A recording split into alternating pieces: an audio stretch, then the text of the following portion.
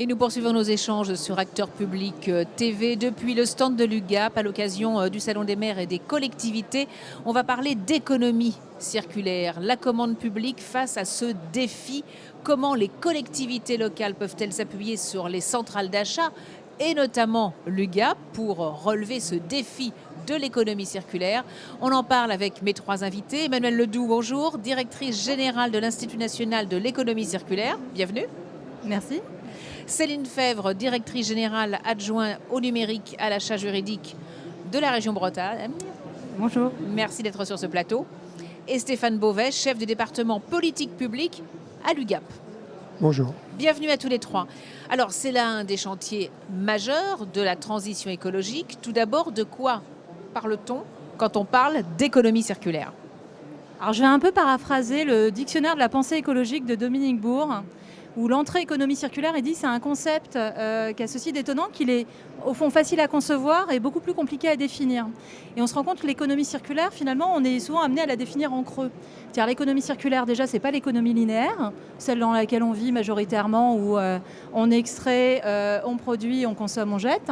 C'est pas non plus, contrairement à ce qu'on tend peut-être encore à penser actuellement, l'économie du recyclage, c'est-à-dire toujours le même début, mais à la fin, je recycle un petit peu. Là, vraiment, on est dans l'idée, et c'est ce vers quoi on pousse tous en ce moment, d'essayer de décorréler finalement croissance économique et usage de la ressource. Donc l'économie circulaire, c'est cette idée de fonctionner en boucle infinie et de maximiser au maximum l'usage de la ressource. Dans une région, c'est quoi l'économie circulaire ? Pour une région et plus globalement pour les collectivités, c'est l'occasion en fait de porter des politiques publiques qui soient plus vertueuses. Si on s'attache à la question de l'achat public, c'est aussi considérer de nouvelles offres de biens et de services qui mettent en avant en fait les enjeux du réemploi, du recyclage, de l'inclusion, de l'égalité femmes-hommes, un certain nombre de principes absolument vertueux pour le développement de l'économie et des entreprises qui sont présentes sur nos territoires. Et pour une centrale d'achat comme l'UGAP, voilà, comment est-ce qu'on intègre l'économie circulaire dans les achats ? En essayant de la trouver déjà chez nos fournisseurs, c'est-à-dire avoir des offres qu'on intègre à nos catalogues, et puis aussi de tracer un peu, de mesurer la part que ça prend dans nos achats et dans notre revente, et puis aussi de regarder quels sont les autres vecteurs, c'est-à-dire pas simplement d'avoir des offres qu'on achète avec de la matière recyclée ou reconditionnée, mais regarder si on ne peut pas travailler aussi la durée de vie des produits, c'est-à-dire un produit qu'on ne refabrique pas, mais dont on prolonge la durée de vie, est aussi quelque chose qui participe finalement à l'économie de la ressource. Vous voulez ajouter quelque chose ? Oui, ce que vous dites me fait penser aussi à l'absolue nécessité de reconsidérer notre besoin. Parce qu'en fait, l'économie circulaire, en matière d'achat, c'est peut-être ne pas acheter un bien, mais plutôt acheter un droit d'usage et donc réfléchir en termes d'économie de la fonctionnalité, ce qui nous amène probablement à penser notre besoin de manière totalement différente. Et à revoir nos pratiques, on va en parler, mais j'aimerais qu'on parle de cette loi anti-gaspillage pour une économie circulaire, afin de bien cadrer les choses, qui entend accélérer le changement. Alors qu'est-ce qu'elle dit, cette loi ? Est-ce qu'elle est assez ambitieuse et quelles sont les échéances ? Alors évidemment, c'est une loi qui est très ambitieuse, votée en février 2020, donc qui a déjà plus de 2 ans. Après, alors, elle est très ambitieuse en matière d'achat public avec l'article 58 de la loi AGEC, un des seuls articles, d'ailleurs, on en souvient du nom, donc ce qui dit du numéro, pardon. Donc c'est là qu'on voit que c'est vraiment un sujet important. Après, alors c'est peut-être je ne sais pas si c'est un constat que chacun partagera.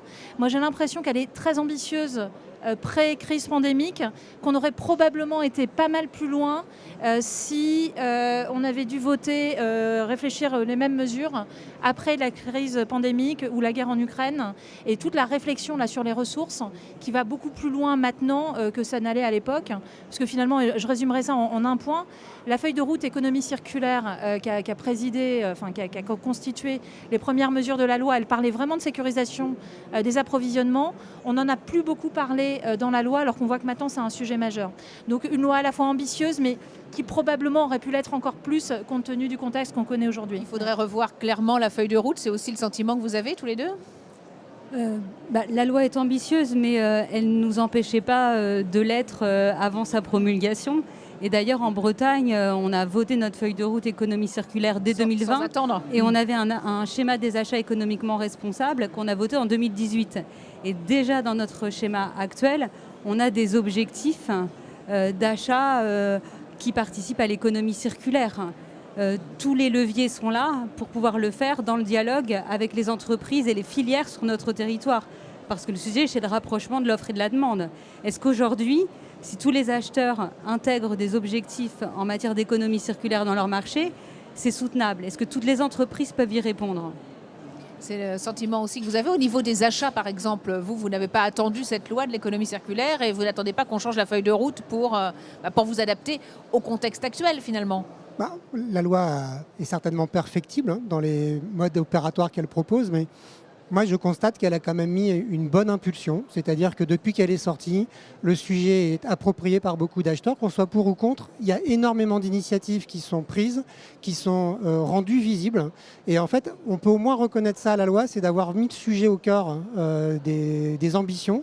Et aujourd'hui, je ne connais pas, moi en tout cas, de SPASER, c'est-à-dire de feuilles de route qui sont édictées par des collectivités qui n'intègrent pas ce sujet-là. Donc elle a quand même rempli sa première mission qui était de donner le coup d'impulsion pour tout le monde. L'impulsion, la sensibilisation, très concrètement dans la région Bretagne, voilà, qu'est-ce que vous faites justement pour favoriser cette mise en place de l'économie circulaire? Quel accompagnement des projets, des entreprises? Alors, il y a le dialogue avec les entreprises qui est extrêmement important. En amont, en fait, de la passation et de la conclusion du contrat public. Donc un travail de sourcing extrêmement important, encore une fois, pour faire coïncider l'offre avec la demande. Il nous faut absolument être en capacité de nous approprier la nouvelle offre de service, l'achat d'usage qui est rendu possible grâce au nouveau positionnement de ces entreprises. D'ailleurs, sur ce point-là, je pense qu'une évolution peut-être de la fiscalité pourrait être intéressante, puisqu'aujourd'hui, les collectivités ne récupèrent pas la TVA sur l'achat d'usage, alors que c'est possible sur l'achat de biens d'équipement. Et probablement que ça changerait la donne, puisqu'on a beaucoup plus de marge de manœuvre en investissement qu'en fonctionnement. Emmanuelle Ledoux, ça serait vraiment là, ça Oui, permettrait un coup d'accélérateur. Ah oui, on est très convaincus là-dessus. On présente aux parlementaires l'amendement tous les ans. Avec pas de succès jusqu'à-là, mais on y croit. L'année prochaine, on retentera notre chance. Mais un jour peut-être. Il faut persévérer. Concrètement, que fait l'UGAP en matière de développement durable, en matière d'économie circulaire? Voilà, comment est-ce que vous pouvez contribuer à accélérer le changement? Ça passe par les produits que vous proposez, les services? Vous avez revu votre offre? Alors d'abord, on essaie déjà de recenser ce qu'on a dans l'offre actuelle, parce qu'on a des produits qui contiennent de la matière recyclée, on ne le savait pas forcément. Je crois qu'il y a aussi ce que dit Céline Febvre, c'est-à-dire qu'il faut beaucoup discuter avec les acteurs côté entreprise pour leur expliquer le risque de ne pas y aller, parce que quand vous avez des acheteurs publics qui vont devoir acheter 20% de matériel reconditionné, ceux qui sont fabricants de neuf, à terme, ils vont perdre 20% de leur chiffre d'affaires sur le public. Donc il y a aussi une santé finalement financière des entreprises qui est en jeu. Et puis côté client aussi, parfois il faut expliquer la loi. L'article 58, on le réduit un peu trop la loi AGEC à ce seul article.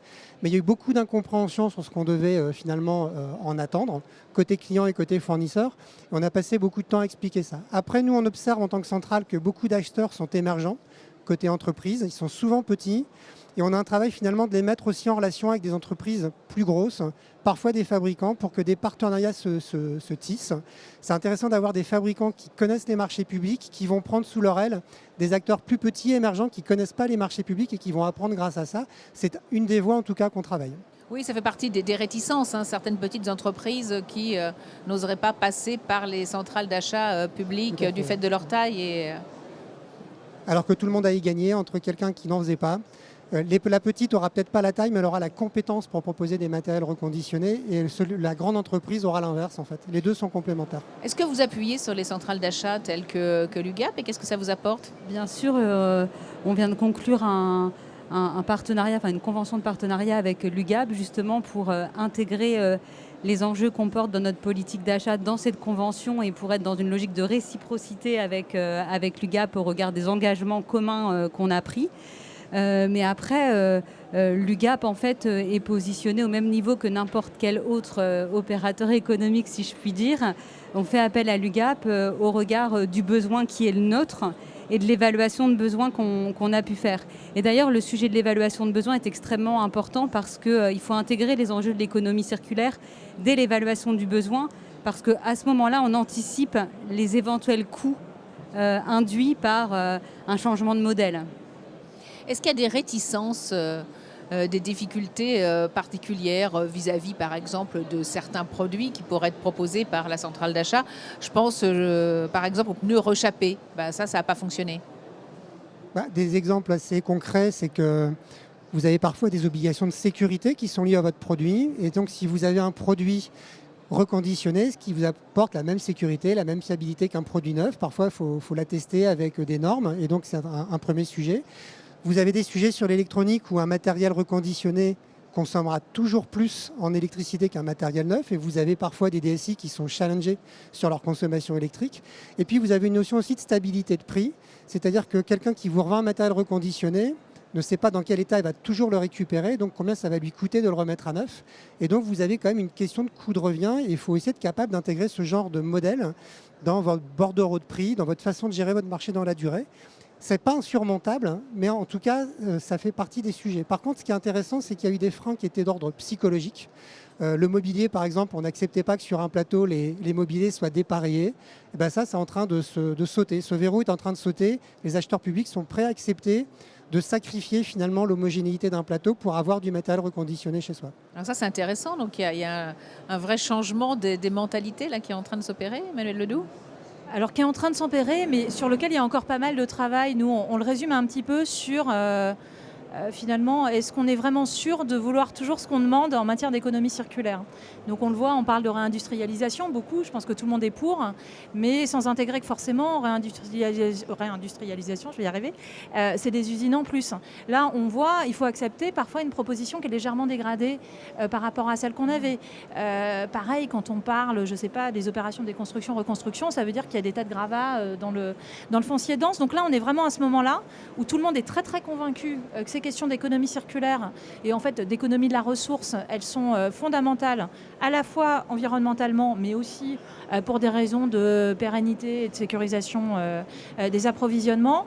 Mais voilà, c'est ce moment un peu cliqué. Il faut accepter aussi que ça a des conséquences paysagères, ça a des conséquences sur nos modes de vie et qu'il faut qu'on soit en capacité de faire cette transition. Et c'est pas si simple. Mais... Et puis il y a peut-être aussi tout un effort de formation à faire justement pour faire en sorte de privilégier l'économie circulaire, faire comprendre ce que c'est et ses avantages. C'est un changement de culture aussi, en effet, accepter en fait de dégrader le niveau de prestation de service attendu, c'est pas évident. C'est pour ça que probablement il faut expérimenter, il faut tester, il faut travailler sur des cas d'usage pour se rendre compte qu'en fait on ne dégrade absolument rien. On répond à l'objectif qui était le nôtre et ça participe aussi à un service public plus performant. Oui, parce que l'économie circulaire, là on le voit avec l'urgence climatique, il faut y aller, il faut accélérer. Comment faire en sorte que ça devienne un réflexe ? Je pense que c'est au fur et à mesure. Les rédacteurs de la loi n'ont pas mis de sanctions d'ailleurs parce qu'ils s'attendaient à ce que ça prenne un peu de temps. Moi je trouve on est un peu dans quelque chose qui va arriver. C'est-à-dire que c'est plutôt à quelle vitesse, comment exactement, mais on sait que là aujourd'hui, tout ce qui a été pris comme pli par les acheteurs publics, je les imagine mal revenir en arrière. J'imagine mal des élus contredire leur spazer en disant je ne ferai plus d'économie circulaire. Donc ces choses-là vont se faire. On a par contre besoin d'accompagner effectivement une forme d'amont industriel, c'est-à-dire ceux qui vont perdre sur leur chiffre d'affaires sur le neuf. Il faut qu'ils soient capables de compenser ça. Il faut faire grandir les petits. Et puis, globalement, même si effectivement il y aura une période un peu de sacrifice, entre guillemets, pour s'adapter, on va se rendre compte que, en tout cas, les produits reconditionnés vont cocher plusieurs cases. On va cocher aussi souvent des acteurs de l'économie sociale et solidaire qui sont positionnés. On va cocher des cases locales, parce qu'en tout cas, cette remise à niveau sera locale. Et puis, on sera peut-être même dans du reconditionné fabriqué en France. Et on cochera peut-être encore une case supplémentaire. Et c'est intéressant de voir à quel point, quand on essaie d'appréhender dans l'ensemble, on arrive à avoir plein d'avantages possibles du moment qu'on fasse l'effort. Oui, puisque c'est un levier d'innovation. Tout à fait. Et pour revenir sur ce que vous disiez, il n'y a pas de sanction, mais peut-être un des moyens d'accélérer aussi, c'est de donner à voir. C'est la raison pour laquelle en Bretagne, on a un observatoire des données de l'achat public où on donne à voir les résultats qu'on atteint et ceux qu'on n'atteint pas. Et en fait, c'est un moteur d'amélioration continue. Donc moi, je suis beaucoup pour la transparence de l'action publique, donner à voir si on atteint les objectifs que la loi nous fixe ou qu'on entend nous-mêmes nous fixer, parce que ça fait grandir les différentes parties prenantes. Donner à voir, il y a d'autres solutions pour doper l'économie circulaire? Il y a une autre case qu'on coche avec l'économie circulaire, c'est la décarbonation souvent. Donc comme beaucoup de territoires, d'entreprises, l'État se sont engagés dans des trajectoires carbone net zéro. En général, à chaque fois qu'on a recours à l'économie circulaire, on améliore son bilan carbone. Donc ça compte aussi. Allez, un dernier mot tous les trois pour convaincre, chacun d'ailleurs, pour convaincre les élus de s'engager dans l'économie circulaire. Non, il n'y a pas à les convaincre. Moi, je pense qu'il y en a quand même beaucoup qui y vont. Moi, je ne rencontre pas de réticence. J'ai la chance de ne pas rencontrer de gens qui sont contre. Je pense que par contre, plutôt ce qu'on vient de dire, à un moment, fait partie de la troisième étape. Il faut mesurer. Donner à voir, c'est à travers une mesure qu'on essaie de rendre le plus objective possible parce qu'elle permettra de piloter et donc de continuer à s'améliorer tout le temps. On n'est pas toujours armé là-dessus, mais on progresse assez vite. Un message pour les élus? Investir dans le dialogue permanent et continu avec les opérateurs économiques, parce que ça sera bénéfique au territoire et c'est comme ça aussi qu'on fait évoluer les offres. Emmanuelle Ledoux? Ouais, moi, je reprendrai l'idée vraiment de l'investissement et du soutien financier pour permettre de soutenir les acteurs qui s'engagent dans ce type de transition. Il y a besoin de ce matelas finalement qui protège avant. Merci beaucoup à tous les trois d'être venus donc nous parler de l'économie circulaire et de ses bénéfices pour les collectivités. Merci de nous avoir suivis. On se retrouve pour de nouveaux échanges sur Acteurs Publics TV.